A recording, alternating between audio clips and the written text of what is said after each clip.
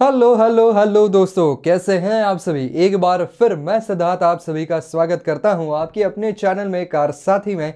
दोस्तों, आज बात हो रही है कि मारुति एस्प्रेसो और मारुति वैगनार, इन दोनों गाड़ियों में से कौन सी गाड़ी ज़्यादा बेहतर है। और दोस्तों, यहाँ पर आज हम इन दोनों ही गाड़ियों के सीएनजी वेरिएंट्स को कंपेयर करने वाले हैं। जो सीएनजी में टॉप के वेरिएंट्स आते हैं उनको हम यहाँ पर कंपेयर करने वाले हैं, क्योंकि इन दोनों गाड़ियों में जो है वो सीएनजी वेरिएंट्स को बहुत ज़्यादा डिमांड रहती है।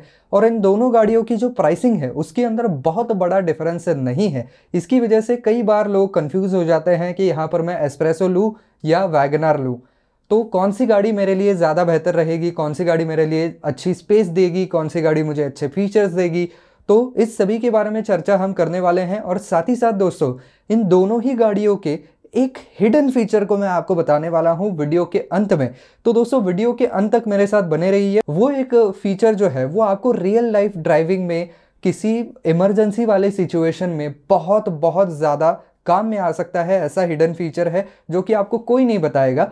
तो दोस्तों, ज़रूर वीडियो में अंत तक बने रही है। और साथ ही साथ अगर आप इस चैनल पर नए हैं, अब तक आपने सब्सक्राइब नहीं किया हुआ है, तो भैया चैनल को फटाफट सब्सक्राइब कर दीजिए। तो सबसे पहले आपको बता दें कि दोनों ही गाड़ियों के कौन से वेरिएंट्स मैंने चूज़ किए हैं। तो एस्प्रेसो के लिए मैंने चूज़ किया है VXI ऑप्शनल CNG, और वैगनार के लिए जो चूज़ किया है वो है LXI ऑप्शनल CNG।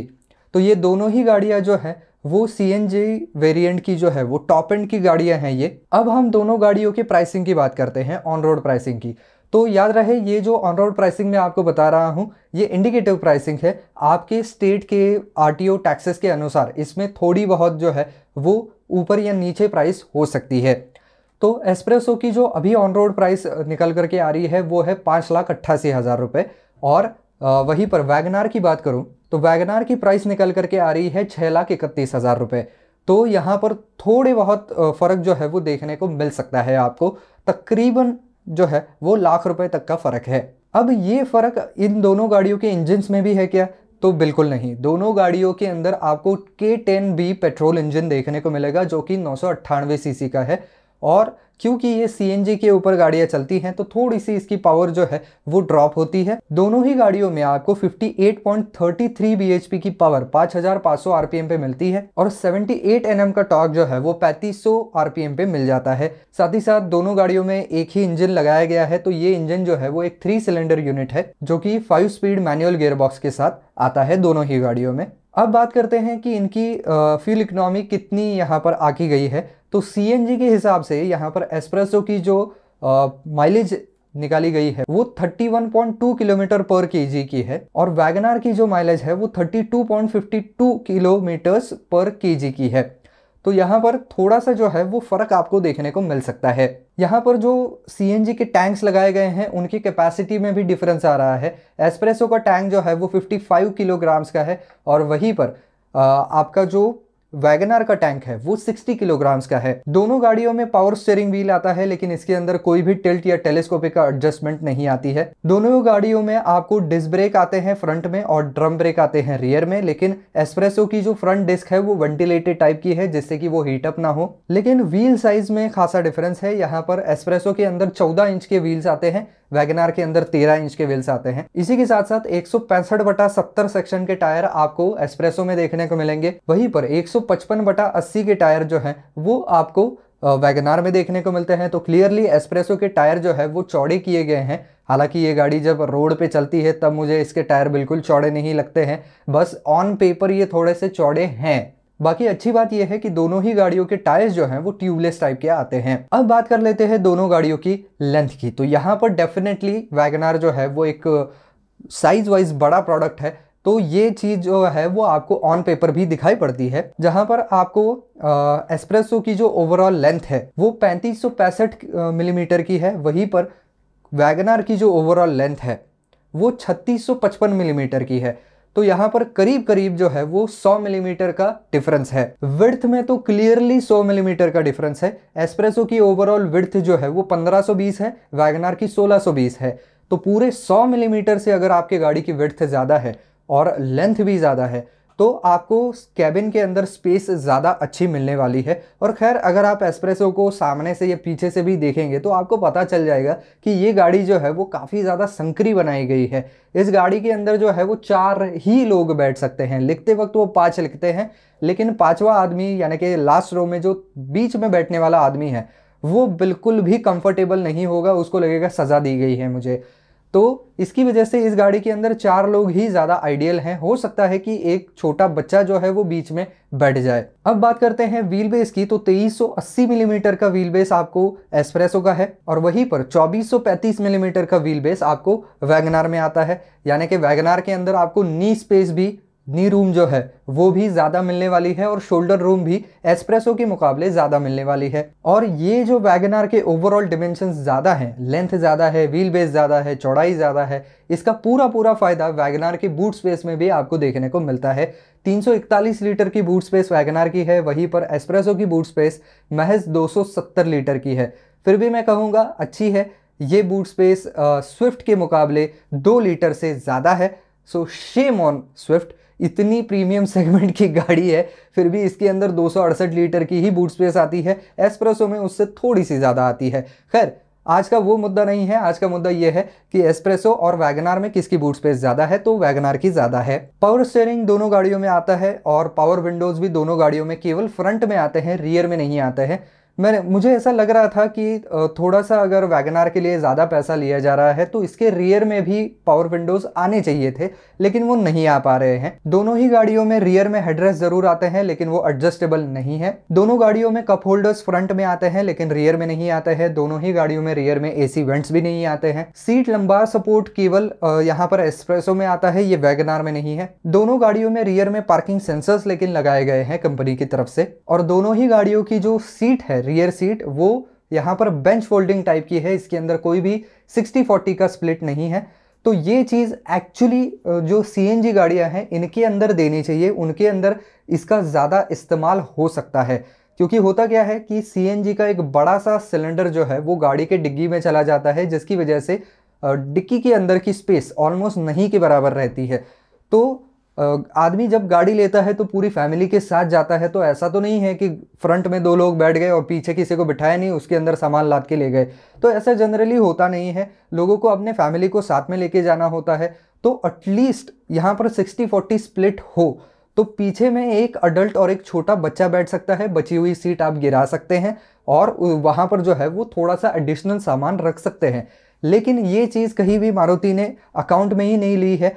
कहीं से भी कुतर के कॉस्ट कटिंग करने के चक्करों में यहाँ पर 60-40 का स्प्लिट जो है वो चला गया है, जो कि इन गाड़ियों में एक्चुअली ज़रूरी है।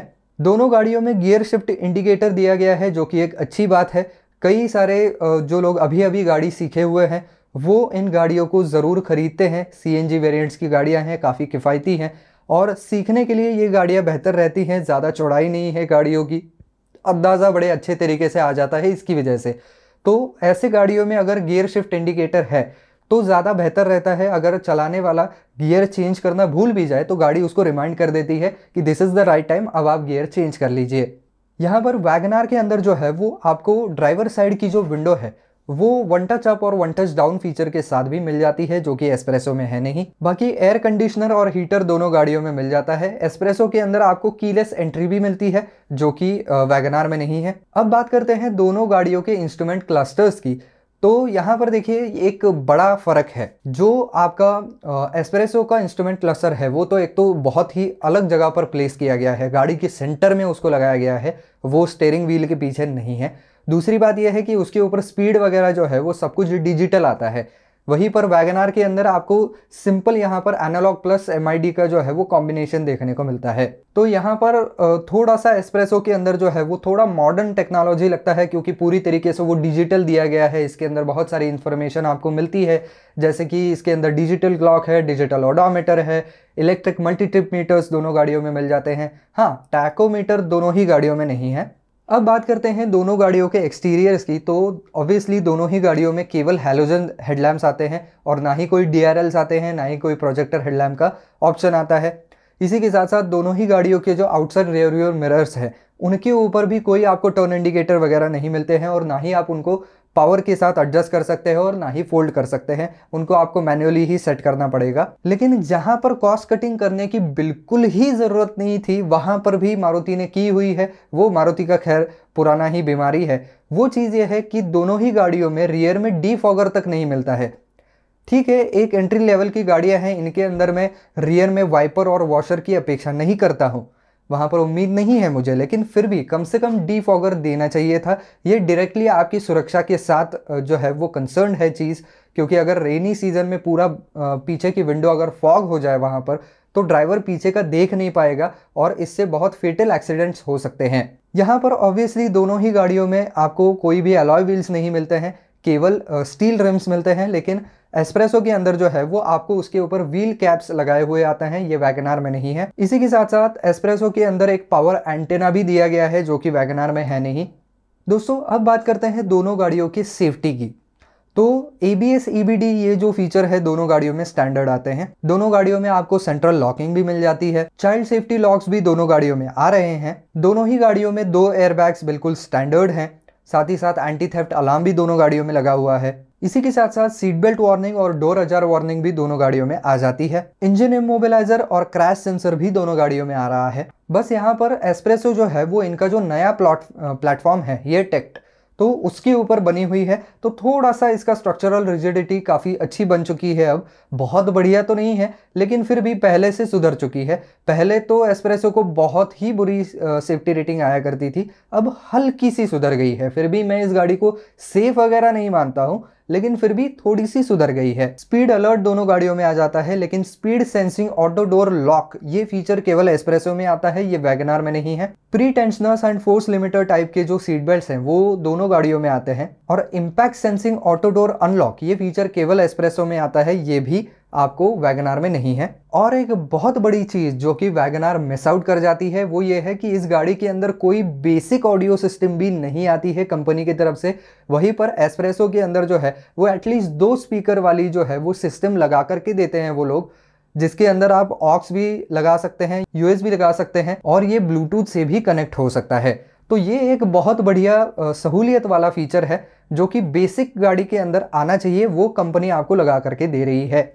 तो दोस्तों कुल मिलाकर के ये पूरा लेखा जोखा है। वैसे देखा जाए तो वैगनार के लिए आपको पैसे ज़्यादा भरने पड़ रहे हैं, लेकिन उतने फीचर वैगनार नहीं दे पा रही है। वहीं पर आप एस्प्रेसो के लिए कम पैसा दे रहे हैं, लेकिन फिर भी 4 फीचर आपको वैगनार के मुकाबले ज़्यादा मिल रहे हैं। यहाँ पर वैगनार के लिए स्टैंडिंग ग्राउंड सिर्फ इतना है कि यहाँ पर वैगनार में आपको स्पेस ज़्यादा मिलती है और बूट स्पेस भी ज़्यादा मिलती है। हालांकि अगर ये CNG गाड़ी है तो बूट स्पेस उतना ज़्यादा तो आप पकड़ भी नहीं सकते हैं, क्योंकि एक बहुत बड़ा टैंक उसके अंदर आता है। लेकिन फिर भी थोड़ा बहुत सामान इसके अंदर आ सकता है, थोड़ी बहुत स्पेस इस गाड़ी में ज़्यादा है, ओवरऑल लेंथ भी ज़्यादा है। ये बस इसके स्ट्रॉन्ग पॉइंट्स हैं, बाकी इसके अंदर ज़्यादा कोई स्ट्रॉन्ग पॉइंट्स नहीं है। अगर आप कहेंगे कि भैया इसकी सेफ्टी एस्प्रेसो से ज़्यादा अच्छी है, तो ऐसी भी कोई बात नहीं है। और दोनों ही गाड़ियां जो हैं वो वैसे देखा जाए तो अच्छी खासी ग्राउंड क्लियरेंस आपको देती है। वैगनार का डिज़ाइन जो है वो टॉल बॉय डिज़ाइन है, तो उसकी वजह से आपको रोड का अच्छा व्यू मिलता है। बाकी एस्प्रेसो तो यहाँ पर SUV से ही इंस्पायर्ड उसका डिज़ाइन है, तो उसमें भी आपको अच्छा खासा जो है वो रोड का व्यू एक अच्छा मिल जाता है। बस एस्प्रेसो के अंदर की प्रॉब्लम क्या है कि एस्प्रेसो बहुत ही ज़्यादा संकरी गाड़ी है, जिसकी वजह से 4 लोग मैक्स टू मैक्स, उससे ज़्यादा उस गाड़ी में नहीं बैठा सकते हैं। दूसरी बात यह है कि ओवरऑल लेंथ गाड़ी की कम है, उसका व्हील बेस भी कम है, जिसकी वजह से थोड़ा सा यहाँ पर नी रूम भी कम हो जाता है।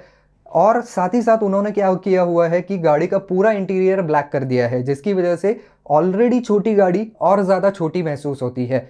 इसके अलावा दोनों गाड़ियों की जो बूट स्पेस है उसमें फ़र्क है, ये मैं आपको पहले ही बता चुका हूँ। तो 270 लीटर का बूट स्पेस जो है वो 55 लीटर के CNG टैंक में पूरा ख़त्म हो जाता है, और दोनों ही गाड़ियों में 60-40 स्प्लिट नहीं आ पाता है, जिसकी वजह से सामान रखने में खासी दिक्कत हो सकती है। तो ऑल इन ऑल अगर मेरे हिसाब से आप पूछें, अगर आपका ड्राइव केवल सिटी में है, आपके फैमिली मेम्बर केवल 4 हैं, तो आप एस्प्रेसो लीजिए।